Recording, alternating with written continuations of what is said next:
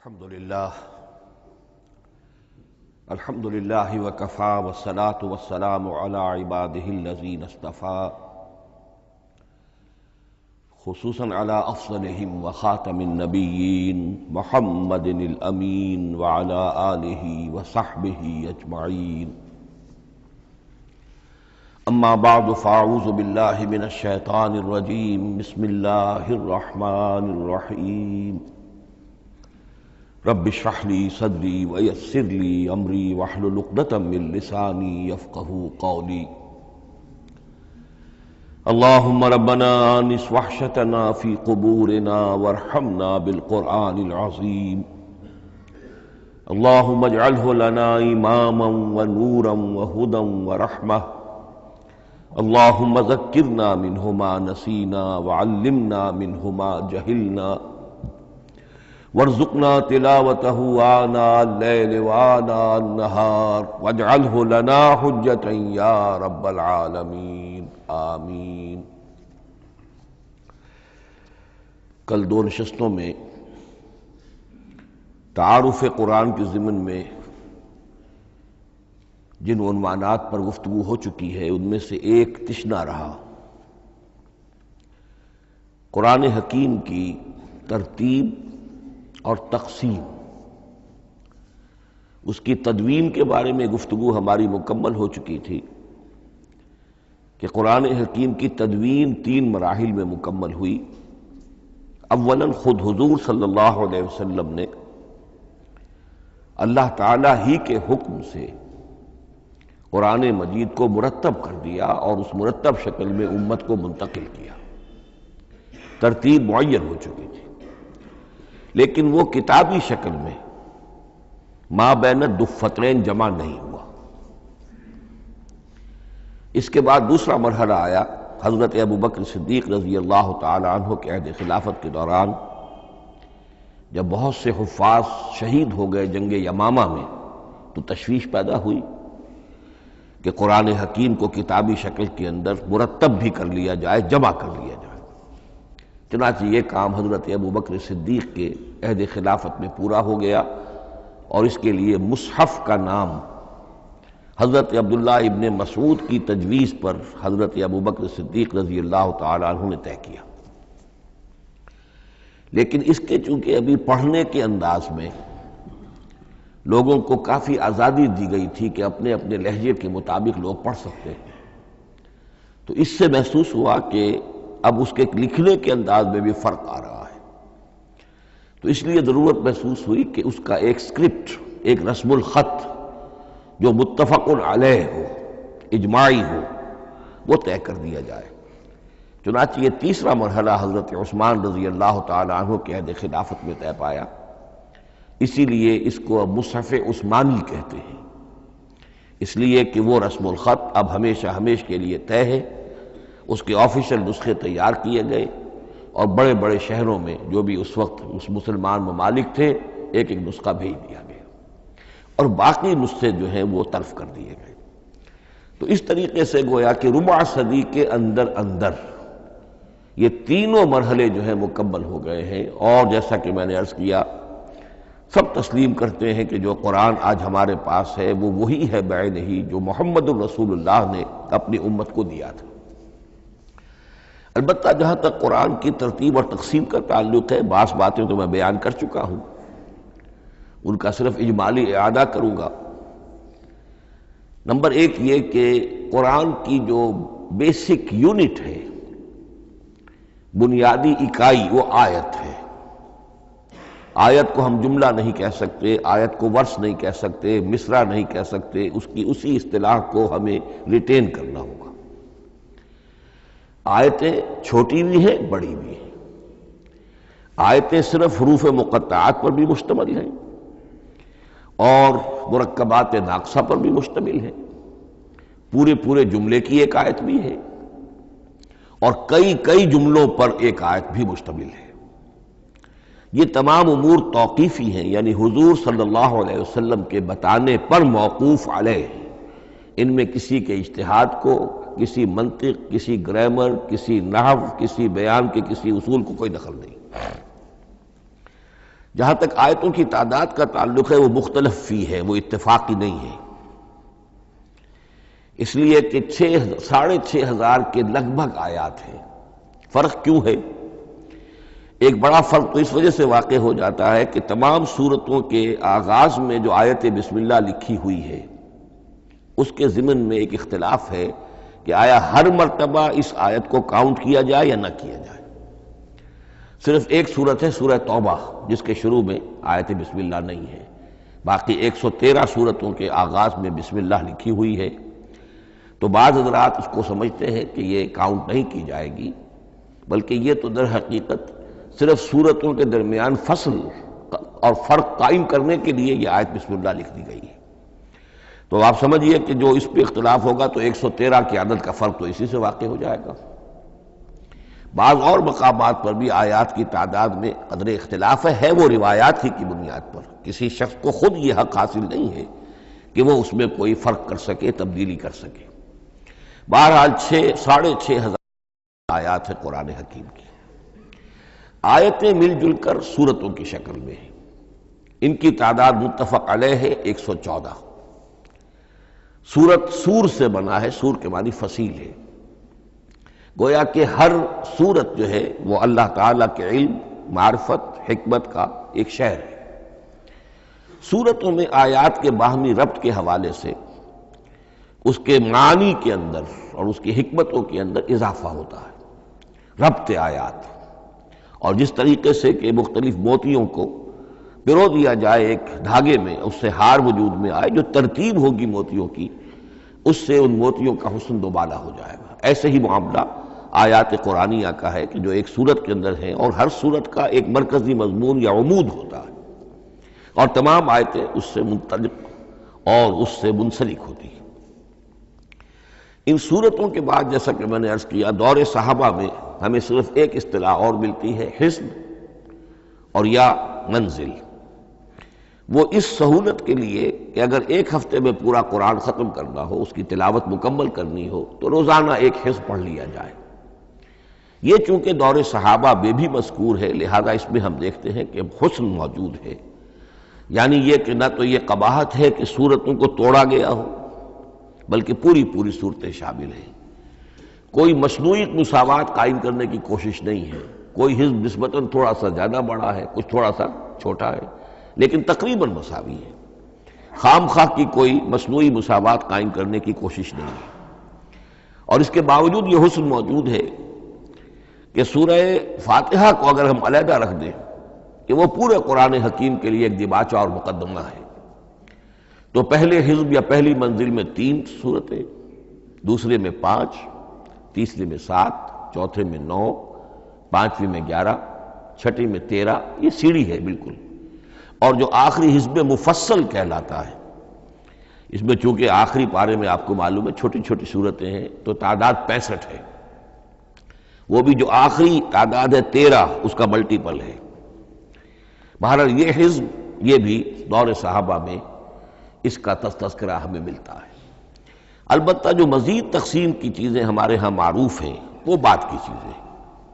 رکوعوں میں طویل صورتوں کو تقسیم کیا گیا تاکہ ایک رکعت میں اگر طویل صورت میں سے کوئی آیات پڑھنی ہے تو اس طرح پڑھی جائیں کہ مضمون ٹوٹے نہ۔ یہ حجاج ابن یوسف کے زمانے میں یہ کام ہوا ہے، اور بڑے غور و فکر سے ہوا، اور واقعتاً محسوس ہوتا ہے کہ معنوی جو ربط اور تعلق ہے اس کو ملحوظ رکھا گیا ہے۔ لیکن جو دوسری تقسیم ہمارے ہاں معروف ہو گئی ہے وہ پاروں کی ہے، اول تو یہ معلوم نہیں کہ یہ تقسیم کب ہوئی، مجہول الزمان ہے یہ۔ نمبر 2 یہ کہ اس میں یہ زیادتی بھی نظر آتی ہے کہ سورتوں کی فصیلیں توڑ دی گئی ہیں، گویا کہ ایک مصنوعی مساوات قائم کرنے کے لیے کہ 30 دن میں اگر قرآن مجید ختم کرنا ہو، ہر مہینے میں ایک ختم قرآن کوئی شخص کرنا چاہے تو روزانہ ایک پارہ پڑھ کر، لیکن یہ کہ اس میں وہ حسن موجود نہیں ہے، بلکہ یہ قباحت موجود ہے کہ صورتوں کاٹ دی گئی۔ اس کے بعد اب جو بات مجھے عرض کرنی تھی وہ یہ ہے کہ زیادہ عرصہ نہیں گزرا کہ قرآن حکیم کی ترتیب اور تقسیم کے ضمن میں ایک اور حقیقت سامنے آئی ہے، اور یہ حقیقت یہ ہے کہ قرآن حکیم کی سورتوں کے گروپس ہیں۔ اب یہ چونکہ ایک بالکل ماضی قریب کا معاملہ ہے، اس سے پہلے یہ ذکر موجود نہیں تھا۔ اول تو یہ بات بھی مان لیجئے کہ قرآن مجید میں ترتیب اور نظم، اس کے بارے میں ہمارے اسلاف نے نہ کوئی زیادہ محنت کی اور نہ انہوں نے سمجھا کہ اس میں کوئی خاص ربط ہونا ضروری ہے۔ لیکن یہ کہ عہد حاضر میں مولانا حمید الدین فراہی رحمۃ اللہ علیہ ہندوستان میں ایک ایسے عالم پیدا ہوئے کہ جنہوں نے نظم قرآن کو اپنا خاص موضوع بنایا کہ یہ جو آیات باہم جوڑی گئی ہیں تو آخر کوئی حکمت ہے، سورتوں میں جو ربط قائم کیا گیا ہے یقیناً حکمت پر مبنی ہے، ورنہ سب سے سیدھی ترتیب تو جیسا کہ میں نے کل عرض کیا تھا یہ ہوتی ترتیب نزولی سے قرآن کو مرتب کر دیا جاتا۔ لیکن یہ کہ سورتیں آپ کو معلوم ہے طویل سورتوں میں ایسا بھی ہے کہ وہ ایک وقت میں نازل نہیں ہوئی بلکہ متعدد اوقات میں، سورہ بقرہ جو ہے وہ تقریباً 2 سال میں اس کی جو تنزیل ہے وہ مکمل ہوئی۔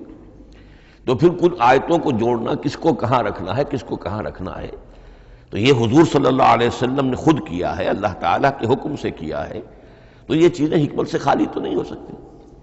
تو انہوں نے اس کو خاص اپنا موضوع بنایا اور ان کے سامنے بعض حقائق آئے ہیں، وہ حقائق ہیں جو اب میں آپ کے سامنے بیان کر رہا ہوں۔ اس میں ایک اشکال ہو سکتا ہے، اسے میں چاہتا ہوں کہ پہلے رفع کر دوں کہ یہ چیز اگر ہمارے اسلاف کے نظر میں نہیں آئی اور ان کی توجہ ادھر نہیں ہوئی تو یہ تو گویا کہ ایک بڑی مشکوک سی بات ہوگی۔ قرآن مجید کے علم کے ضمن میں گویا کہ متقدمین کے فہم پر ہمیں کچھ تان کرنا ہوگا، لیکن یہ بات درست نہیں ہے۔ قرآن مجید ایک ایسی کتاب ہے جس کے بارے میں خود حضور نے جو فرمایا لا تنقضی عجائبہ، اس قرآن کے عجائب کبھی ختم نہیں ہوئے، ولا یخلق عن کثرت الرد، بار بار کے پڑھنے سے اس پر کوئی پرانا پن، کوئی بوسیدگی طاری نہیں ہوگی، ولا یشبع منہ العلماء، اور کبھی اہل علم اس سے سیری محسوس نہیں کریں گے۔ تو قرآن مجید لا تنقضی عجائبہ، جیسے جیسے دنیا آگے بڑھ رہی ہے، تمدن آگے بڑھ رہا ہے، علم انسانی جو ہے مادی فزیکل سائنسز کا علم آگے بڑھ رہا ہے، قرآنی حقائق اور مبرہن ہو رہے ہیں اور واضح ہو رہے ہیں اور نکھر رہے ہیں۔ بہت سی باتیں ہمارے اسلاف کے علم میں نہیں آ سکتی تھی، اس لیے کہ ابھی انسانی معلومات کا دائرہ بہت ہی محدود تھا۔ ذوالقرنین کون تھے؟ اب چونکہ تاریخ مفسرین کے علم میں نہیں تھی تو سکندر اعظم کو سمجھا گیا کہ ذوالقرنین ہے، حالانکہ سکندر کی شخصیت اور ذوالقرنین کی وہ شخصیت جو قرآن میں بیان ہوئی ہے دونوں میں کوئی مناسبت ہے ہی نہیں۔ اسی طریقے کا معاملہ یہ کہ نظم قرآن کا ایک پہلو کہ جو ابھی پوری طریقے سے آشکارا نہیں ہوا تھا، یہ دور وہ ہے کہ جس میں اللہ کی فضل و کرم سے وہ بات بھی اب کھل کر سامنے آئی ہے، اور اس سے در حقیقت توثیق ہو رہی ہے حضور کے اس فرمان کی کہ لا تنقضی عجائبہ، اس کے عجائب کبھی ختم نہیں ہوں گے۔ انسان محنت کرے گا، کوشش کرے گا، یہ ہیروں کی ایک ایسی کان ہے جس میں سے اور ہیرے نکلتے چلے جائیں گے۔ اس کے ضمن میں ایک بات تو میں نے آپ سے کل عرض کر دی تھی اور آج پھر بھی کہی ہے، سورتوں میں بھی ایک ربط ہے، آیات جو سورتوں کے اندر جوڑی گئی ہیں، پھر سورتیں اکثر و بیشتر جوڑوں کی شکل میں ہیں۔ اس کے کچھ مثالیں بھی کل میں نے آپ کو دی تھی۔ قرآن مجید کی ایک آیت مبارکہ ہے وَمِن كُلِّ شَيْءٍ خَلَقْنَا زَوْجَيْنِ لَعَلَّكُمْ تَعْقِلُونَ یا لَعَلَّكُمْ تَذَكَّرُونَ، مجھے پوری طرح یاد نہیں ہے۔ ہم نے ہر شے کو جوڑوں کی شکل میں پیدا کیا، اگرچہ اس کو چونکہ قرآن مخلوق نہیں ہے ہم اس پر اس کا اطلاق نہیں کریں گے، لیکن من کل شیء خلقنا زوجین، اس میں اس قدر کیٹیگوریکل سٹیٹمنٹ ہے کہ معلوم ہوتا ہے کہ یہ اصول اتنا اللہ تعالیٰ کے ہاں اتنا پسندیدہ ہے کہ قرآن مجید کی صورتوں میں بھی یہ صورتوں کے بھی جوڑوں کی شکل میں ہونا یہ بہت ہی اظہر من الشمس ہے۔ بعض جگہوں پر تو اظہر من الشمس ہے، بعض جگہوں پر ذرا تدبر کر کے بات معلوم ہوتی ہے۔ البتہ کہیں کہیں آپ کو نظر آئے گا کچھ منفرد صورتیں بھی ہیں، اور ان میں سے بعض یہ جب دوران ترجمہ یہ چیزیں آئیں گی تو اب میں صرف اس وقت حوالہ دے سکوں گا، بڑی تیزی سے ہمیں چلنا ہوگا۔ اس وقت میں چاہتا ہوں کہ ذہن میں یہ حقائق بیٹھ جائیں۔ بعض جگہوں پر آپ دیکھیں گے تین تین صورتوں کے گروپ ہیں، ان میں سے دو کے مابین تو نسبت زوجیت کامل ہے، بلکہ یہ سمجھ لیجئے نسبت زوجیت کہتے کس کو ہے؟ دو چیزیں مل کر کسی مقصد کی تکمیل کریں، ان دونوں میں ایسی نسبت ہونی چاہیے ریسیپروکل، کہ وہ ایک دوسرے کی تکمیل کے لیے اور کسی مقصد کے حصول کے لیے ان کے مابین ایک تعلق قائم ہو، یہ زوجیت ہے۔ اسی طریقے سے قرآن مجید میں جب صورتیں آتی ہیں جوڑوں کی شکل میں، تو کسی مضمون کا ایک رخ وہ ایک صورت میں آ جائے گا، اس کا دوسرا رخ دوسری صورت میں آ جائے گا، اور دونوں مل کر، جسے ہم کہتے ہیں تصویر کے دونوں رخ، وہ رخ مکمل ہو جائیں گے، بات پوری ہو جائے گی۔ البتہ بعض جگہوں پر ہے کہ تین تین صورتوں کے سب گروپس ہیں۔ میں اس معاملے میں گروپ کا لفظ ریٹین کر رہا ہوں، اس لیے کہ قدیم تو یہ تصور تھا نہیں، جدید اصطلاح ہے، تو اس میں چونکہ اب بہت سے الفاظ انگریزی زبان کے اب اردو میں آ گئے ہیں کہ اس کی جگہ کوئی اور بہت ہی کوئی کوشش کر کے لفظ آیا جائے تو وہ شاید زیادہ عام فہم نہیں ہوگا، یا عام فہم ہے۔ تو گروپس اور سب گروپس، چھوٹے گروپ، بڑے گروپ۔ تو یہ چھوٹے گروپ جو ہے تین تین صورتوں کے، ان میں سے دو کے مابین تو نسبت زوجیت بتمام و کمال ہوگی، اور تیسرے کی حیثیت ضمیمے کی ہوگی۔ اس کی مثالیں بعد میں آئیں گی۔ البتہ یہ جو ضمیمے ہوتے ہیں خود ان کے، یا جو دوسری منفرد صورتیں ہیں، خود ان میں آپ کو فصل کے ساتھ نسبت زوجیت مل جائے گی۔ اس سے آگے چلیے، اب اصل ہے وہ شے جس کو میں آج چاہتا ہوں بیان کرنا۔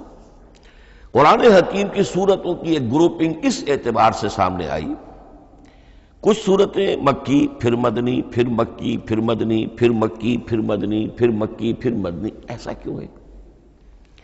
بڑی قابل غور بات ہے، اس میں کوئی حکمت ہے؟ اور عجیب بات یہ سامنے آئی، اس اعتبار سے بھی قرآن کے 7 گروپ بنتے ہیں۔ ہر گروپ میں ایک یا ایک سے زائد مکی صورت، اور پھر ایک یا ایک سے زائد مدنی صورتیں، ایک گروپ پورا ہو گیا۔ دوسرے گروپ میں پھر ایک یا ایک سے زائد مکی صورت، پھر ایک یا ایک سے زائد مدنی صورتیں، وہ پھر گروپ مکمل ہو گیا۔ یہ گروپ بھی قرآن حکیم میں 7 ہیں۔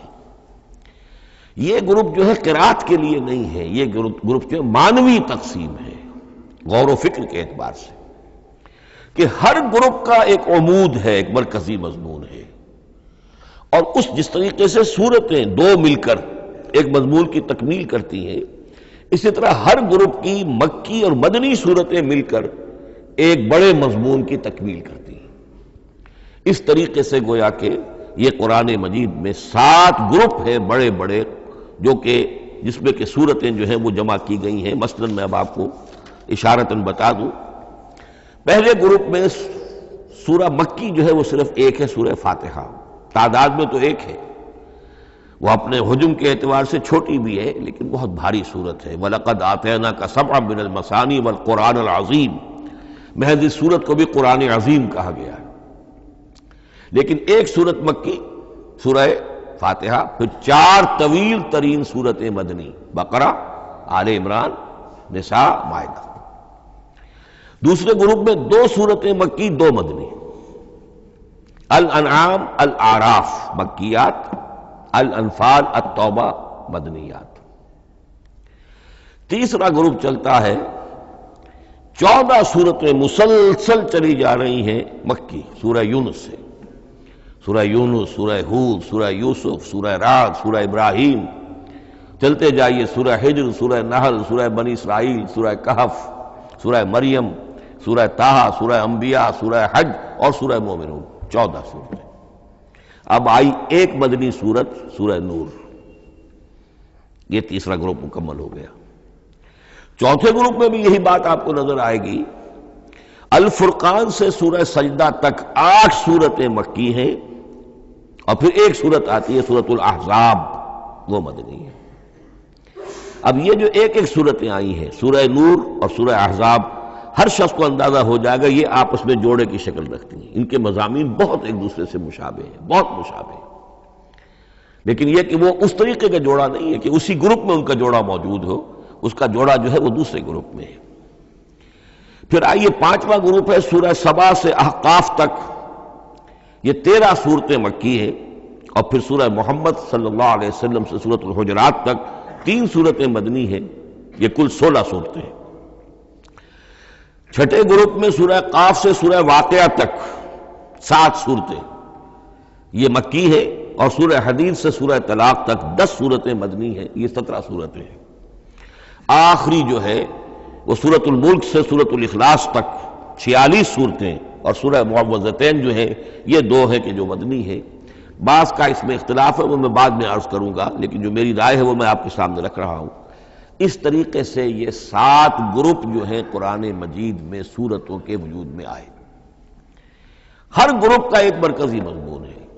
مثلا پہلے گروپ کا مرکزی مضمون شریعت ہے. سورہ فاتحہ میں اہدنا الصراط المستقیم، اے اللہ ہمیں سیدھا راہ دکھا، سیدھے راستے کی ہدایت بخش. اب وہ سیدھا راستہ کیا ہے؟ شریعت خداوندی، شریعت الہی. اور شریعت مکمل ہو جاتی ہے ان 4 صورتوں میں. شریعت محمدی کا جو بلو پرنٹ ہے، ابتدائی خاکہ جو ہے، وہ آپ کو سورہ بقرہ میں ملے گا، اور اس کی جو تکمیلی صورتیں ہیں، تکمیلی احکام ہیں، وہ سورہ مائدہ. اس کے علاوہ اس گروپ میں جو زیادہ زور ہے وہ سابقہ امت مسلمہ سے گفت و شنید. سابقہ امت مسلمہ میں یہودی اور نصارہ دونوں شامل ہیں. اب ان پر جرح بھی ہے، ان پر تنقید بھی ہے، ان کو ملامت بھی ہے، ان کو ان کی قرارداد جرم ان کے خلاف جو ہے وہ بھی دی گئی ہے. اور پھر یہ کہ ان کو معزول کر کے اور نئی امت کو اس مقام پر نصب کرنے کا اعلان ہے، اور ان کو بڑی زوردار دعوت ہے کہ اب محمد پر ایمان لاؤ اور قرآن پر ایمان لاؤ صلی اللہ علیہ وسلم. یہ پہلا گروپ ہے. اسی طریقے سے ہر گروپ کا اب یہ ساتھ ساتھ جب ہم چلیں گے تو میں تفصیل کے ساتھ بیان کرتا جاؤں گا کہ اس گروپ کا یہ مرکزی مضمون ہے، اور اس طور سے یہ صورتیں آپس میں ایک دوسرے کے ساتھ مربوط ہیں. ان گروپوں میں آپ نے دیکھا ہوگا کہ پہلے اور آخری گروپ ان کی ایک ریسیپروکل سی صورت ہے کہ پہلے گروپ میں مکی صورت صرف ایک چھوٹی سی اور مدنی صورتیں 4-6 پارے سے زائد پر پھیلی، جبکہ آخری گروپ میں سارے دونوں پارے جو ہے سورہ ملک سے شروع ہو کر مکی صورتوں پر مشتمل ہے. آخر میں آ کر چھوٹی چھوٹی صورتیں وہ مدنیات ہیں. یہ ایک دوسرے کے بالکل ریسیپروکل ہیں، کانورس. لیکن دوسرا گروپ ادھر سے اور دوسرا ادھر سے، یعنی چھٹا، یہ بڑے متوازن ہیں. 2 صورتیں مکی، 2 مدنی، اور ادھر 7 صورتیں مکی اور 10 مدنی. لیکن 7 صورتیں جو ہیں وہ 3 رکوعوں کی ہیں، ان میں سے ایک 4 رکوع کی بھی ہے، اور اکثر و بیشتر وہ جو دوسری ہے وہ 2 رکوعوں کی ہے، تقریباً متوازن بنتی ہے. تو درمیان میں جو ہے ان میں جو مدنی صورتوں کا حصہ بہت کم ہے، اکثر و بیشتر جو ہے وہ مکی صورتیں ہیں. ان مکی صورتوں کے اندر بھی جو 6 گروپ تقریباً بنتے ہیں، اس لیے کہ پہلی گروپ کے اندر تو مکی صورت صرف سورہ فاتحہ ہے. تو ان میں سے پہلے 2 گروپوں میں رسالت کا مضمون مرکزی مضمون ہے. درمیانی 2 گروپوں میں توحید کا مضمون مرکزی مضمون ہے. آخری 2 گروپوں میں انذار آخرت کا مضمون مرکزی مضمون ہے. آخری صورتیں آپ کو معلوم ہے سورہ قاف سے شروع ہو کر، تو پھر یہ انذار آخرت جو ہے ان سب کا مرکزی مضمون ہے.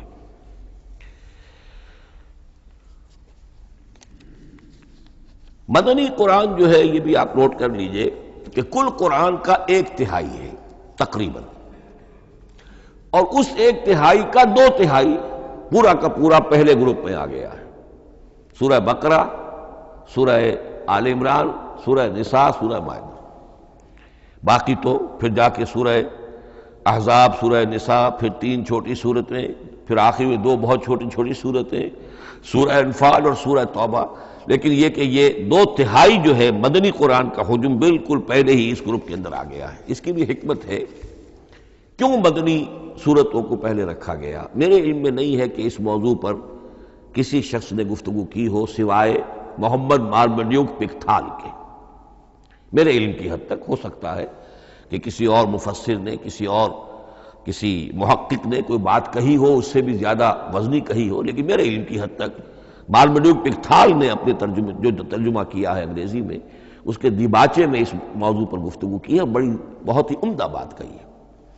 انہوں نے کہا کہ جب یہ قرآن نازل ہو رہا تھا تو اصل اہمیت ایمان کی تھی. پہلے لوگ ایمان لائیں، اور پھر جو ایمان لائے ان کو پھر احکام دیے گئے کہ یہ کرو اور یہ نہ کرو، یہ حلال ہے، یہ حرام ہے، یہ فرض ہے، وغیرہ وغیرہ.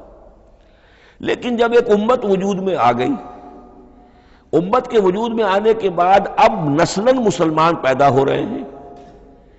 ان کے ہاں اب ضرورت پہلے اسلام کی ہے، چاہے بچہ چھوٹا ہی ہے پہلے اسے احکام سکھائے جائیں گے. بچہ چھوٹا ہی ہے، نماز پڑھنی سکھائی جائے گی.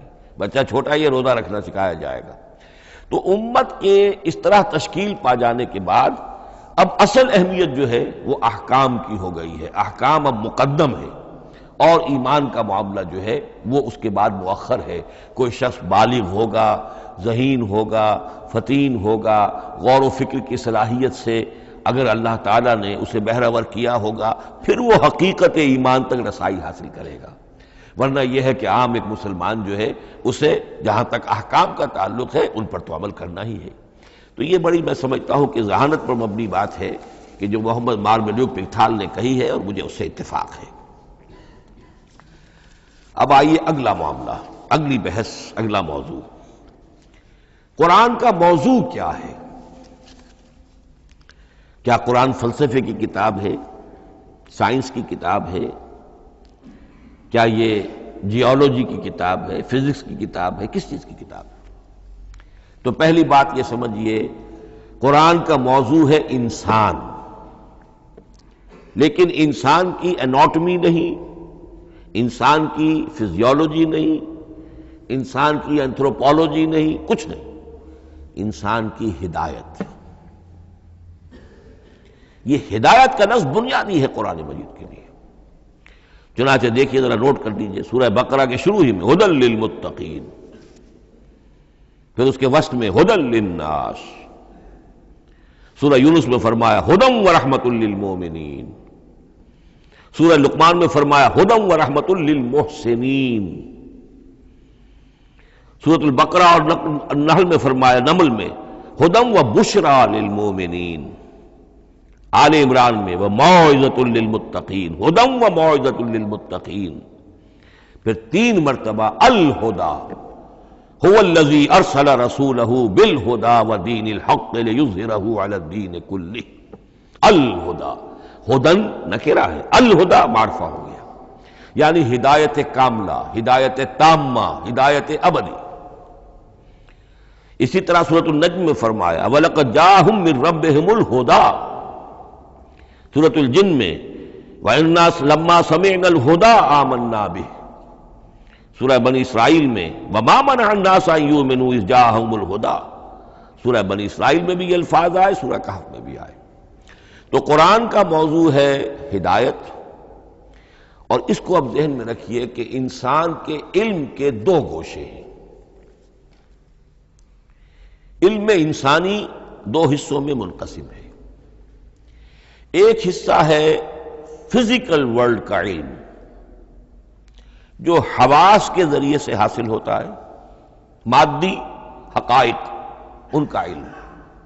حواس 5 ہمارا دیکھنا، سننا، سونگھنا، چکھنا، چھونا، یہ تمام صلاحیتیں ہیں، ان سے کچھ معلومات حاصل ہوتی ہیں اور عقل کا یہ کمپیوٹر ان کو پروسیس کرتا ہے، اس سے نتائج نکالتا ہے، نتائج نکال کے سٹور کر لیتا ہے. پھر مزید کوئی معلومات حواس کے ذریعے سے حاصل ہوتی ہیں، اب ان کو وہ پھر پروسیس کر کے جو سابق میموری سٹورڈ ہے اس کے ساتھ ریکنسائل کر کے کوئی اور نتیجہ اخذ کرتا ہے. اس طرح رفتہ رفتہ رفتہ رفتہ انسان کا یہ علم بڑھتا چلا جا رہا ہے، اور ہم نہیں کہہ سکتے کہ ابھی اور کہاں تک جائے گا. آج سے چند 100 سال پہلے بھی انسان تصور نہیں کر سکتا تھا کہ انسانی علم وہاں پہنچ جائے گا جہاں آج پہنچ چکا ہے. اس علم کا وحی سے کوئی تعلق نہیں، اس علم کا تعلق ہے اس میں علم اسماء سے جو حضرت آدم میں ودیعت کر دیے گئے تھے بالکل شروع میں. سورہ بقرہ کا 4واں رکوع جو ہے اس کے شروع میں ذکر ہے وَعَلَّمَ آدَمَ الْأَسْمَاءَ كُلَّهَا. اللہ نے آدم کو تمام نام سکھا دیے. اور اس کے آخر میں ذکر ہے جب فرشتوں، جب آدم کو اور حوا کو حکم دیا گیا کہ اب زمین میں جا کر اور وہاں کا چارج سنبھالو، تو فرمایا وَإِمَّا يَأْتِيَنَّكُم مِّنِّي هُدًى فَمَن تَبِعَ هُدَايَ فَلَا خَوْفٌ عَلَيْهِمْ وَلَا هُمْ يَحْزَنُونَ. وہ علم ہدایت ہے. یہ 2 چیزیں بالکل علیحدہ ہیں. علم اسماء در حقیقت یوں سمجھیے کہ جیسے آم کی گٹھلی میں پورا آم کا درخت ہوتا ہے، وہی تو گٹھلی ہے جو آپ زمین میں دباتے ہیں، پھر اگر پانی وہاں پڑتا ہے، زمین میں روئیدگی بھی ہے، وہ گٹھلی پھٹے گی، وہ جو اس میں سے دو پتے نکلیں گے، وہ پتے اوپر بڑھیں گے، درخت بنے گا۔ وہ پورا درخت جو ہے آم کی گٹھلی میں موجود تھا، صرف اسے پورا درخت بننے میں 2 سال 3 سال 4 سال لگیں گے، لیکن درخت موجود تھا، پوٹینشلی بالقوہ پورا درخت آم کی گٹھلی میں موجود تھا۔ ایکچولی بالفعل وہ آم کا درخت جو ہے کئی سال کے اندر وجود میں آیا۔ بعین ہی یہ معاملہ ہے، کل مادی حقائق کا کل علم حضرت آدم علیہ السلام کے وجود میں ودیعت کر دیا گیا پوٹینشلی۔ اب اس کی ایکسفولیشن ہو رہی ہے، وہ بڑھتا جا رہا ہے، برگ و بار لا رہا ہے، اور یہ علم جو ہے اس کا تعلق جیسا کہ میں نے عرض کیا آسمانی ہدایت سے نہیں ہے، اب یہ خود رو پودا ہے، بڑھتا چلا جا رہا ہے، اور کہاں تک پہنچے گا؟ علامہ اقبال نے صحیح تعبیر کی ہے، عروج آدم خاکی سے انجم سہمے جاتے ہیں کہ یہ ٹوٹا ہوا تارا مہ کامل نہ بن جائے۔ علامہ کی زندگی میں تو انسان نے چاند پر قدم نہیں رکھا تھا، لیکن یہ کہ اب تو چاند پر قدم رکھ کر انسان آ چکا۔ تو عروج آدم خاکی سے انجم سہمے جاتے ہیں کہ یہ ٹوٹا ہوا تارا مہ کامل نہ بن جائے۔ یہ ہے انسانی علم۔ اس انسانی علم کے ساتھ اگر وہ علم وہی علم ہدایت نہ ہو تو یہ علم جو ہے بجائے خیر کے شر بن جاتا ہے۔ آج وہ شیطانی قوت بن چکا ہے، وہ علم ہلاکت کا سامان بن چکا ہے، تباہی کا ذریعہ بن چکا ہے۔ لیکن اس کے ساتھ دوسری بات ضروری تھی جو کہ وحی کے ذریعے سے آنے والا علم تھا، فَإِمَّا يَأْتِيَنَّكُم مِّنِّي هُدًى فَمَن تَبِعَ هُدَايَ فَلَا خَوْفٌ عَلَيْهِمْ وَلَا هُمْ يَحْزَنُونَ۔ یہ علم الہدایت جو ہے یہ در حقیقت قرآن حکیم میں آ کر مکمل ہو گیا ہے۔ اس کے لیے بھی میں چاہتا ہوں کہ بات آپ سمجھ لیں، اس میں جو ارتقاء ہوا ہے، پہلی کتابیں نازل ہوئیں ان میں بھی ہدن تو تھی، کل بھی میں نے آپ کو آیت سنائی تھی سورہ مائدہ کی، انا انزلنا التوراۃ فیہا ھدی و نور، ہم نے تورات نازل کی تھی، اس میں ہدایت بھی تھی، نور بھی تھا۔ اسی رکوع میں 7واں رکوع ہے وہ سورہ مائدہ کا، انجیل کے بارے میں، فیہ ھدی و نور، اس میں بھی ہدن بھی تھی، ہدایت بھی تھی، نور بھی تھا۔ لیکن یہ ہدایت اور یہ نور درجہ بدرجہ ترقی کر رہا ہے، یہاں تک کہ کامل ہوا ہے، قرآن میں آ کر الہدا بن گیا ہے۔ اب یہ ہدن نہیں، الہدا، کامل ہدایت نامہ۔ اس کی وجہ کیا ہے؟ دیکھیے، ایک بچے کو اگر آپ تعلیم دینا چاہتے ہیں تو اس کی ذہنی سطح کو ملحوظ رکھے بغیر تو نہیں دے سکتے۔ آپ چاہے پی ایچ ڈی استاذ رکھ دیں کسی بچے کے لیے، بچہ بھی پرائمری کی تعلیم پا رہا ہے، وہ پی ایچ ڈی کا استاذ کیا کچھ پلا دے گا اس کو، کیا پڑھا دے گا اس کو؟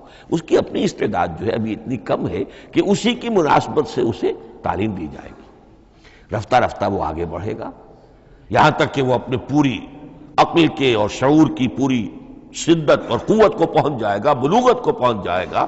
اب اسے آخری علم پڑھایا جائے گا، اب اسے فلسفہ پڑھایا جائے گا، پہلے وہ ہسٹری پڑھ رہا تھا، اب فلسفی آف ہسٹری پڑھے گا۔ اس حوالے سے تدریجاً اللہ تعالیٰ نے تورات میں صرف احکام ہے، حکمت ہے ہی نہیں، انجیل میں حکمت ہے، احکام ہے ہی نہیں، دونوں مل کر ایک بات کو مکمل کرتی ہیں۔ تورات میں صرف احکام ہے، حکمت ہے ہی نہیں۔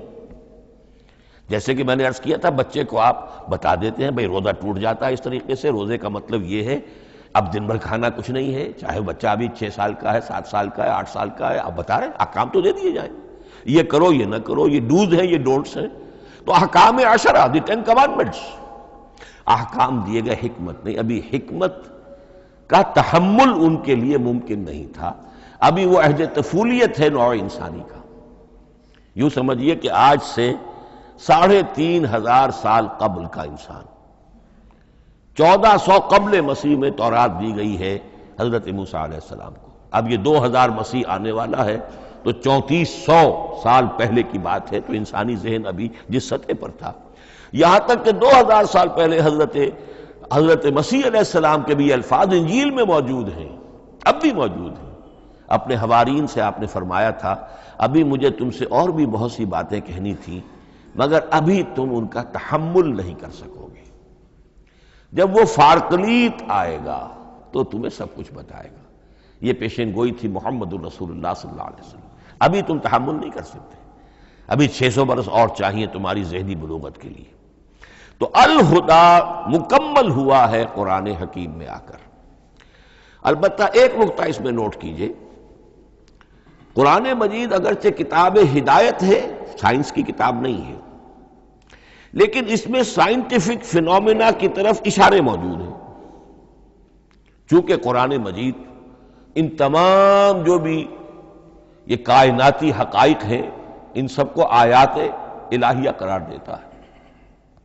ان فی خلق السماوات والارض واختلاف اللیل والنہار والفلک التی تجری فی البحر بما ينفع الناس وما انزل اللہ من السماء من ماء فاحیا به الارض بعد موتها وبث فیہا من کل دابۃ وتصریف الرياح والسحاب المسخر بین السماء والارض لآیات لقوم یعقلون۔ یہ سب نشانیاں ہیں اللہ کی، اللہ کی قدرت، اللہ کی عظمت، اللہ کے علم کامل، اللہ کی حکمت بالغہ، سب نشانیاں۔ تو یہ جو فزیکل فینومینا ہے ان کی طرف قرآن ریفر کرتا ہے۔ بعض حقائق وہ ہے کہ جن کا تعلق اسٹرانومی سے ہے، کل فی فلک یسبحون، یہ تمام اجرام سماویہ جو ہیں یہ اپنے اپنے مدار میں تیر رہے ہیں، معلوم ہوا ہر شے حرکت میں ہے۔ انسان پر تو ایک دور ایسا گزرا ہے وہ یہ سمجھتا تھا زمین ساکن ہے اور سورج حرکت کر رہا ہے، پھر ایک دور آیا کہا نہیں نہیں، سورج ساکن ہے، زمین حرکت کرتی ہے، اس کے گرد چکر لگاتی ہے، اور آج ہمیں معلوم ہوا ہر شے حرکت میں ہے، ہر شے۔ سورج کا بھی اپنا ایک مدار ہے، اس میں وہ حرکت کر رہا ہے اپنے پورے کنبے کو لے کر، یہ پورا سولر سسٹم اس کا کنبہ ہے، اس پورے کنبے کو لے کر وہ بھی ایک مدار میں حرکت کر رہا ہے۔ تو معلوم ہوا کل فی فلک یسبحون۔ اب یہ کل کا لفظ جس طرح منقع ہو کر، جس طرح مبرہن ہو کر، جس شان کے ساتھ آج وہ حویدہ ہوا ہے، واضح ہوا ہے، آج سے پہلے انسان کو معلوم نہیں تھا۔ تو یہ جو فزیکل فینومینا ہے جن کی طرف قرآن مجید ریفر کرتا ہے، یہ اگرچہ قرآن کا اصل موضوع نہیں ہے، لیکن ایک بات جان لیجئے کہ قرآن مجید میں ان فزیکل فینومینا کے بارے میں جو بات کہی گئی ہے وہ غلط نہیں ہو سکتی، اور یہ وہ حقیقت ہے کہ جو اس دور میں آ کر اتنی واضح ہوئی ہے۔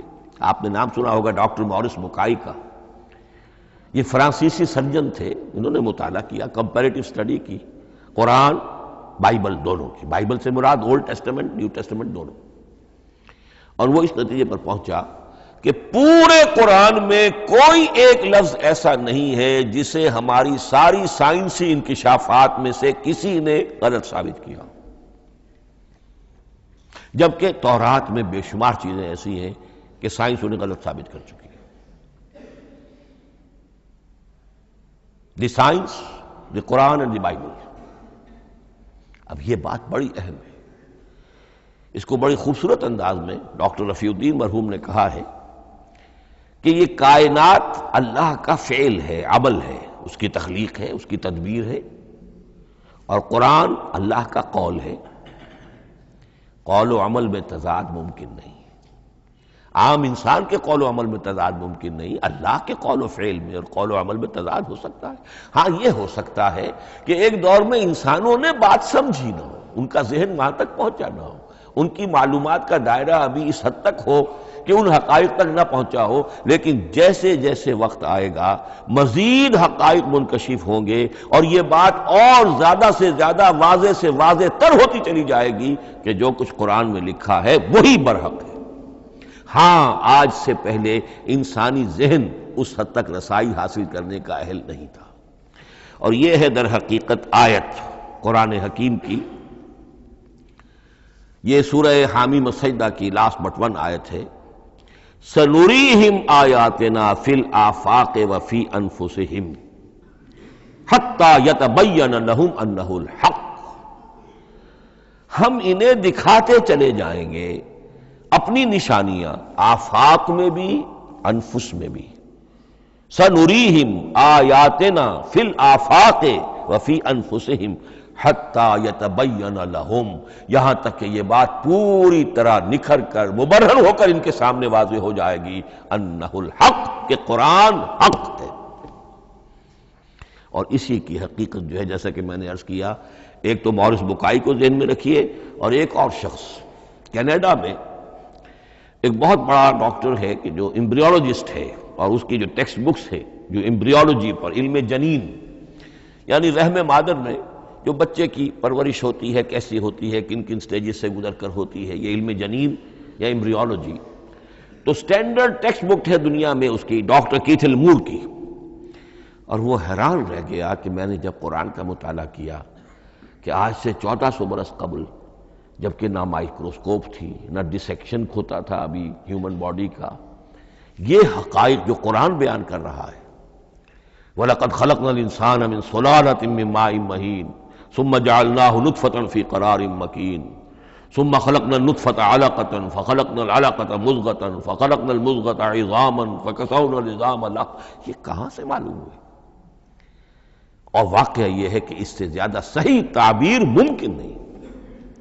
تو یہ حقائق ذہن میں رکھیے کہ اگرچہ قرآن مجید سائنس کی کتاب نہیں ہے، لیکن جن سائنسی حقائق یا جن سائنسی فینومینا کی طرف قرآن نے ریفر کیا ہے وہ یقیناً حق ہے، چاہے تاحال ہم ان کی حقانیت کو نہ سمجھ پائیں. مثلا آج بھی مجھے نہیں معلوم کہ قرآن جو 7 آسمان کہتا ہے تو وہ 7 آسمان سے کیا مراد، مجھے نہیں معلوم. لیکن مجھے یقین ہے کہ ایک وقت آئے گا کہ انسان سمجھے گا کہ ٹھیک ٹھیک یہ الفاظ جو ہیں 7 آسمان یہ منطبق ہوتے ہیں اس حقیقت پر جو آج ہمارے علم میں آئی ہے، پہلے نہیں آئی تھی. البتہ ایک اور نقطہ جو بہت اہم ہے عملی اعتبار سے، میں نے اسی لیے یہ ساری تمہید کی ہے کہ قرآن سائنس کی کتاب نہیں ہے، نہ سائنس کی ہے نہ ٹیکنالوجی کی ہے. اس حوالے سے ایک بڑا منطقی نتیجہ نکلتا ہے، اور وہ یہ ہے کہ اگر ہمارے اسلاف نے قرآن کی ان آیات کا کوئی خاص مفہوم معین کیا اپنے دور کی معلومات کی سطح پر، ہمارے لیے لازم نہیں ہے کہ ہم اس کی پیروی کریں. سائنسی فینومینا کو جو سائنسی ترقی ہو رہی ہے اس کے حوالے سے سمجھیں گے. یہاں تک کہ اب آخری بات عرض کر رہا ہوں، خود حضور کا فرمان بھی اس میں قطعی نہیں ہوگا. یہ بات بہت ثقیل اور گراں گزرے گی بہت سے لوگوں پر. سائنس اور ٹیکنالوجی میں اگر حضور کی کوئی حدیث بھی سامنے آ جائے تو اس کو بھی ہم کوئی دلیل قطعی نہیں سمجھیں گے. اس کی وجہ کیا ہے؟ ایک واقعہ بہت اہم ہوا حضور کی زندگی میں. حضور جب ہجرت فرما کر تشریف لائے مدینہ منورہ تو آپ کو معلوم ہے کہ حضور کی پیدائش مکے کی، ساری زندگی آپ نے وہاں گزاری. وہ وادی غیر ذی زرع ہے، وہاں کوئی پیداوار، کوئی زراعت، کوئی کاشت ہوتی نہیں تھی. آپ کو کوئی تجربہ سرے سے نہیں تھا. ہاں تجارت کا تجربہ تھا، بھرپور تجارت کی تھی. یہاں آئے تو آپ نے دیکھا کھجوروں کے سلسلے میں انصار مدینہ تعبیر نخل، وہ اس کا ایک اصطلاح ہے. کھجور ایک ایسا پودا ہے جس کا ایک فیمیل فلاور ہوتا ہے اور ایک میل علیحدہ. اب میل فلاور اور فیمیل فلاور ان دونوں کو قریب لے آئیں تو اس سے اس بات کا زیادہ امکان ہو جاتا ہے فرٹیلائزیشن ہو اور پھل بنے اور زیادہ آپ کو پھل حاصل ہو، فصل زیادہ ہو. اگر وہ فاصلے پر رہیں گے تو ہو سکتا ہے کہ اس کا امکان کم ہو، تو وہ ان کو قریب جوڑ دیتے تھے. حضور نے دیکھا تو آپ نے فرمایا کہ آپ لوگ ایسا نہ کریں تو کیا ہے، یعنی نیچر جو ہے، nature can take care of it self. آخر فطرت ہے، فطرت نے یہ ساری چیزیں بنائی ہیں، آپ ایسا نہ کریں تو کیا ہے. صرف یہ کہا آپ نے روکا نہیں. لیکن ظاہر بات ہے صحابہ کرام کے لیے رضوان اللہ تعالی علیہ اجمعین حضور کا اتنا کہنا بھی گویا کہ حکم کے درجے میں تھا. انہوں نے اس سال وہ کام نہیں کیا، فصل کم ہو گئی. اب وہ ڈرتے ڈرتے جھجکتے جھجکتے حضور کی خدمت میں آئے. حضور آپ نے فرمایا تھا ہم نے وہ نہیں کیا، تعبیر نخل اس سال نہیں کی ہم نے، فصل کم ہوئی ہے. آپ نے فرمایا انتم اعلم بامور دنیاکم. اس کا ایک ایک لفظ یاد کر لیجئے. انتم اعلم بامور دنیاکم، اپنے یہ دنیاوی اور مادی معاملات میں تم زیادہ تجربے کار ہو، تم زیادہ حقائق سے واقف ہو۔ میں عالموں کا لفظی ترجمہ یہاں کرنا جو ہے اس کی جرت مجھے نہیں ہو رہی، تم زیادہ واقف ہو ان چیزوں سے، میں یہ چیزیں سکھانے نہیں آیا۔ آپ ٹیکنالوجی پڑھانے نہیں آئے تھے، آپ طب سکھانے نہیں آئے تھے، آپ کوئی اور سائنس پڑھانے نہیں آئے تھے، ورنہ تو ہم شکوہ کرتے کہ آپ نے ہمیں ایٹم بم بنانا کیوں نہیں سکھا دیا پہلے ہی۔ نہیں، یہ موضوع ہی نہیں ہے۔ قرآن کا موضوع معین ہونا چاہیے۔ قرآن کا موضوع انسان کی ہدایت، اس ہدایت کے لیے جس قدر اس کو ضرورت ہے علم کی کہ وہ جو یہ فزیکل فینومینا ہیں ان کے حوالے سے بھی ہدایت حاصل کرے، اس حد تک ان کا تذکرہ ہے۔ لیکن یہ یقین اور ایمان ہونا چاہیے کہ قرآن مجید کے الفاظ میں جو شے مضمر ہے وہ کبھی غلط ثابت نہیں ہوگی۔ یہ ہو سکتا ہے کہ قرآن کی کسی آیت کا کوئی مفہوم ہمارے اسلاف نے 1000 برس پہلے یا 600 برس پہلے سمجھا ہو اور وہ مفہوم غلط ثابت ہو جائے، وہ ایک علیحدہ بات ہوگی، لیکن قرآن مجید کا ٹیکسٹ جو ہے اس کے اندر کہیں ایسی بات نہیں آ سکتی۔ اب آئیے فہم قرآن کے اصول۔ ظاہر بات ہے کہ اس موضوع پر اصول تفسیر پر کوئی مجھے تفصیلی اس وقت گفتگو کرنے کا موقع تو نہیں ہے، البتہ یہ کہ 7 گنتی کر کے چیزیں نوٹ کر لیجئے کہ جس سے قرآن مجید کے فہم میں سہولت حاصل ہوگی۔ پہلی بات وہ جو کسی درجے میں پہلے بھی سامنے آ چکی ہے، قرآن کا اسلوب استدلال منطقی نہیں ہے، فطری ہے۔ ایک ہوتا ہے منطق کی گتھیوں سے اور منطق کے اصولوں سے اور منطق کی دلیلوں سے بات ثابت کی، یہ نہیں۔ قرآن فطرت انسانی کے مطابق بات کرتا ہے۔ ایک ان پڑھ شخص بھی قرآن کو اپنے سے دور یا اپنے آپ کو قرآن سے دور نہیں سمجھے گا اگر ذرا سا وہ قرآن کو سمجھ سکتا بس۔ لیکن یہ ہے کہ قرآن مجید کا جو اسلوب ہے وہ ایک تو یہ کہ منطقی نہیں ہے، فطری ہے، یا اس میں اگر ایک لفظ کا اضافہ کیا جائے خطابی ہے۔ خطابی کیا ہوتا ہے؟ جو میں کل عرض کر چکا ہوں، خطبے کی ایک شان ہوتی ہے، وہ دلیل کے ساتھ ساتھ جذبات سے بھی اپیل کرتا ہے، اور اس میں آپ کو ایک اپنے باطن میں جھانکنے کی دعوت دی جاتی ہے۔ تم ذرا اپنے باطن میں جھانک کر دیکھو۔ بعض آیات ایسی ہیں، بڑی پیاری آیات ہیں، افی اللہ شک فاطر السماوات والارض، بس کیا اللہ کی ہستی میں بھی کوئی شک ہو سکتا ہے جو آسمان اور زمین کا پیدا کرنے والا ہے؟ غور کرو، سوچو۔ تو یہ صرف آپ کے دروں بینی، آپ کو اپنے اندر جھانکنے کی دعوت ہے۔ اسی طرح اَإِنَّكُمْ لَتَشْهَدُونَ أَنَّ مَعَ اللَّهِ آلِهَةً أُخْرَىٰ، کیا واقعتاً تم اس کی گواہی دیتے ہو کہ اللہ کے ساتھ کوئی اور بھی الہ ہے؟ یہ گویا کہ کسی کے آنکھوں میں آنکھیں ڈال کر پیئرسنگ آئیز کے ساتھ کسی سے سوال کرنا، کیا واقعی؟ اور اس مندر حقیقت کون سی ہے پس منظر میں؟ یہ بنائے ہوئے ڈھکوسلے ہیں، ان پر خود تمہارا دل مطمئن نہیں ہے۔ تم کہتے تو ہو یہ ہمارا عقیدہ ہے اور یہ ہماری بات ہے اور یہ ہمارا موروثی عقیدہ ہے، ھذا ما وجدنا علیہ آباءنا، ہم نے آباء، لیکن واقعتاً غور تو کرو، کیا واقعی تم گواہی دیتے ہو کہ اللہ کے سوا کوئی اور الہ بھی موجود ہے؟ اس کو آپ کہیں گے خطابی انداز۔ نمبر 2، قرآن حکیم میں 2 طرح کی آیات ہیں، محکمات اور متشابہات۔ یہ سورہ آل عمران کے شروع میں یہ بہت اہم مضمون جو ہے وہ آ گیا ہے۔ هو الذی انزل علیک الکتاب منہ آیات محکمات ہن ام الکتاب واخر متشابہات، آل عمران آیت نمبر 7۔ اب یہ جو متشابہات ہیں یہ کون سی ہیں اور محکمات ہیں وہ کون سی ہیں، اس کو ذہن میں رکھیے۔ نمبر 1، محکم قطعی، تمام جتنی بھی آیات احکام ہیں وہ محکم،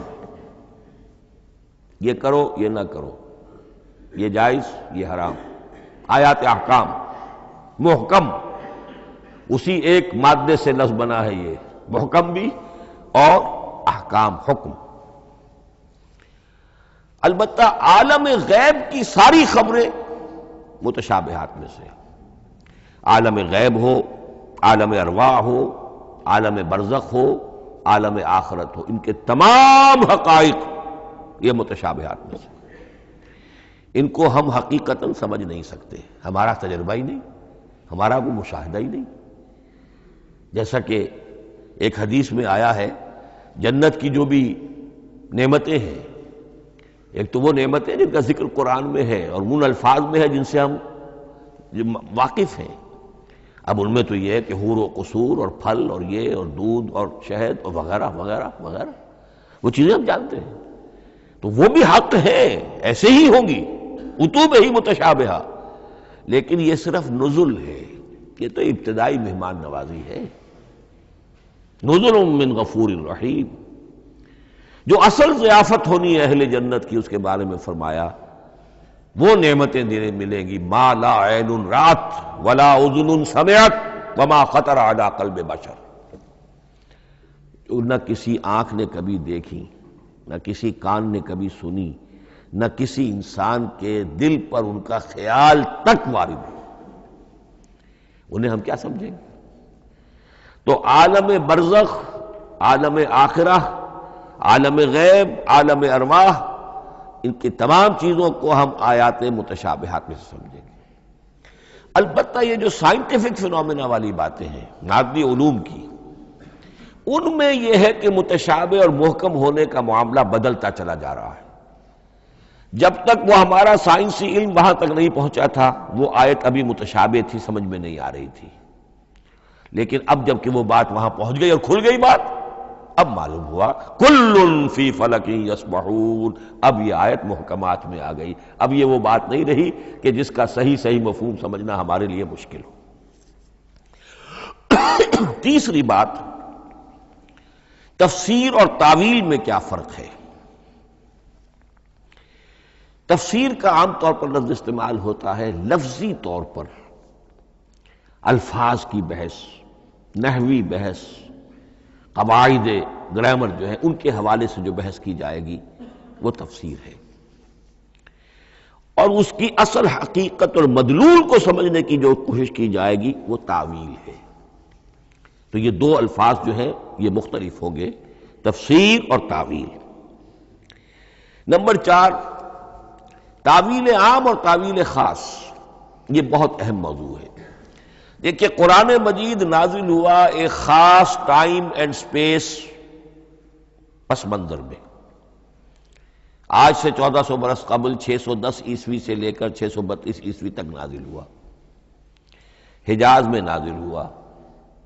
اس کی ایک اولین مخاطب قوم تھی، وہ ان پڑھ قوم تھی، امی قوم تھی، پڑھے لکھے شاذ الشاذ کالمعدوم کے درجے میں تھے، وہاں فلسفے کا سوال نہیں، کوئی منطق کی بات نہیں، کچھ بھی نہیں، اور اولین مخاطب وہی ہیں، اور جو بھی حالات ہیں اس وقت کے ان کے حوالے سے بات کی جا رہی ہے۔ اب قرآن مجید کی ہر آیت پر اولاً غور ہوگا اس اعتبار سے، جب یہ نازل ہوئی ہے تو اس کا اس وقت کیا مفہوم سمجھا گیا، اس خاص کانٹیکسٹ میں، ٹائم اینڈ سپیس کانٹیکسٹ میں کیا مفہوم سمجھا گیا، یہ ہے تعویل خاص۔ لیکن اب دوسری طرف دیکھیے، یہی کتاب ہدایت ہے ابد الآباد تک کے لیے، اسی کتاب کو 20ویں صدی عیسوی کے انسان کے لیے بھی ہدایت نامہ بننا ہے۔ اگر دنیا طویل ہے اور 500 برس تک ہے تو 25ویں صدی عیسوی کے انسان کے لیے بھی ہدایت نامہ یہی کتاب بننی ہے۔ یہ عرب کے امیین کے لیے ہدایت نامہ تھی تو ایران کے فلسفیوں کے لیے بھی تو ہدایت نامہ تھی۔ لہذا ان الفاظ کے اندر یہ قرآن کے اعجاز کا وہ پہلو ہے جو بہت نمایاں ہے کہ ان الفاظ کے اندر کہ جو ایک خاص کانٹیکسٹ میں نازل ہوئے اور اس وقت ان کا ایک معین مفہوم سمجھا گیا، انہی میں وہ عموم بھی موجود ہے کہ اسی سے ہمیشہ کے لیے ہدایت اخذ کی جا سکتی ہے۔ اس کو ہم کہیں گے تعویل عام، اس کانٹیکسٹ سے ذرا نکال کر اب اس آیت کے الفاظ، اس کا در و بست، اس کا ما سبق، اس کے بعد ما بعد، سیاق و سباق، اس کے حوالے سے بیٹھ کر بات کی جائے۔ تعویل خاص میں شان نزول پیش نظر رہے گا، تعویل عام میں اس آیت کے الفاظ، ان کا در و بست اور آیت کا سیاق و سباق یہ زیادہ زیر بحث رہے گا۔ تو معلوم ہوا کہ یہ دونوں چیزیں اپنی اپنی جگہ اہم ہیں۔ نہ تو انسان صرف تعویل خاص تک اپنے آپ کو محدود کر لے، اگر وہ کرے گا تو گویا کہ وہ صرف اس دور کا قرآن پڑھ رہا ہے، آج کا قرآن وہ نہیں پڑھ رہا۔ قرآن کے اندر تو واقعتاً یہ شان ہے کہ میں جس کے لیے الفاظ یہ استعمال کیا کرتا ہوں کہ ہر دور کے افق پر ایک خورشید تازہ کے مانند طلوع ہوگی یہ کتاب۔ معلوم ہوگا آج کا قرآن ہے، یہ ہمیں آج ملا ہے قرآن، اور گویا کہ آج جو ہمیں مسائل درپیش ہے ان کا حل ہے جو یہ قرآن پیش کر رہا ہے۔ یہ اس کا اعجاز ہے، یہ اس کا کمال ہے۔ اس اعتبار سے نوٹ کیجئے تعویل خاص اور تعویل عام، یہ الفاظ کیونکہ بار بار دورہ ترجمہ آئیں گے تو اس لیے میں نے ان اصطلاحات سے چاہا کہ آپ واقف ہو جائیں۔ ایک اور اس میں بات سمجھنے کی ہے تذکر اور تدبر۔ قرآن سے بنیادی ہدایت حاصل کر لینا، اس کے لیے قرآن انتہائی آسان ہے۔ وَلَقَدْ يَسَّرْنَا الْقُرْآنَ لِلذِّكْرِ فَهَلْ مِن مُدَّكِرٍ۔ ذرا سی انسان کو عربی آتی ہو کہ براہ راست قرآن کا مفہوم آپ کے ذہن اور قلب پر نازل ہوتا چلا جائے، بس قرآن کا اصل جو پیغام ہے، جو اس کی اصل ہدایت ہے، اس کی تمثیل یوں سمجھیے کہ سمندر میں اگر کوئی آئل ٹینکر جو ہے ٹوٹ جائے تو میلوں جو آئل ہوتا ہے وہ سطح سمندر کے اوپر پھیل جاتا ہے، سطح پر رہے گا، نیچے تو جائے گا نہیں۔ تو یوں سمجھیے کہ قرآن مجید کا جو لب لباب ہے، لب لباب وہ اس کی سطح پر موجود ہے، لیکن اس کے یہ مطلب نہیں ہے کہ صرف سطح ہی سطح ہے، اس کی گہرائی فیتم لس، اس کی گہرائی وہ ہے کہ جس کی کوئی حد نہیں۔ اب اس کے لیے تعمق، گہرائی میں غوطہ زنی کرنا، قرآن میں ہو غوطہ زن اے مرد مسلمان، اس کے اعتبار سے یہ دنیا کی مشکل ترین کتاب، اچھی طرح سمجھ لیجیے، اس کی تہ تک پہنچنا ممکن ہی نہیں۔ غلطی سے ہم کبھی کبھی کسی شخص کی مدح کرتے ہوئے کہہ دیتے ہیں فلاں شخص کو قرآن پر بڑا عبور حاصل ہے۔ ایک عالم دین نے یہ الفاظ میرے بارے میں کہہ دیے تھے، میں نے فوراً ٹوک دیا، میں نے کہا آپ کیا، یہ قرآن کی آپ نے گویا کہ قرآن مجید کی شان میں گستاخی کی ہے، قرآن کی توہین کی ہے۔ عبور کہتے ہیں ایک کنارے سے دوسرے کنارے کو چلے جانا، دریا عبور کر لیا، قرآن کے کنارے ہے ہی نہیں، یہ ناپیدا کنار سمندر ہے، اس سمندر کا کوئی کنارہ نہیں، نہ اس کی گہرائی اور نہ اس کے کنارے۔ لہذا پوری زندگی کوئی امام راضی ہو، کوئی زمخشری ہو، کوئی ہو، پوری زندگی کھپا کر بھی وہ یہ نہیں کہہ سکے گا کہ میں نے قرآن مجید کو بتمام و کمال سمجھ لیا ہے۔ معاذ اللہ، معاذ اللہ، معاذ اللہ، ناممکن۔ وراء الورا ثم وراء الورا، یہ ہے تذکر اور تدبر۔ اس کے لیے تو پوری زندگی انسان کھپائے، پورا وقت اس کے لیے لگائے، پوری صلاحیتیں کھپا دے، تب بھی وہ بہت سی جگہوں پر پھر بھی کہے گا واللہ عالم۔ امام رازی کو بھی نہ معلوم کتنے مقامات پر جا کر یہ کہنا پڑا ہے کہ اللہ بہتر جانتا ہے۔ اعلم ان ھذا المقام مقام غامض عمیق محیب، یہ مقام تو بہت محیب ہے، پرہیبت ہے، بہت گہرا ہے، بہت غامض ہے۔ امام رازی کہہ رہے ہیں، 30 جلدوں میں تفسیر لکھنے والا شخص۔ اقول قولی ھذا واستغفر اللہ لی ولکم ولسائر المسلمین والمسلمات۔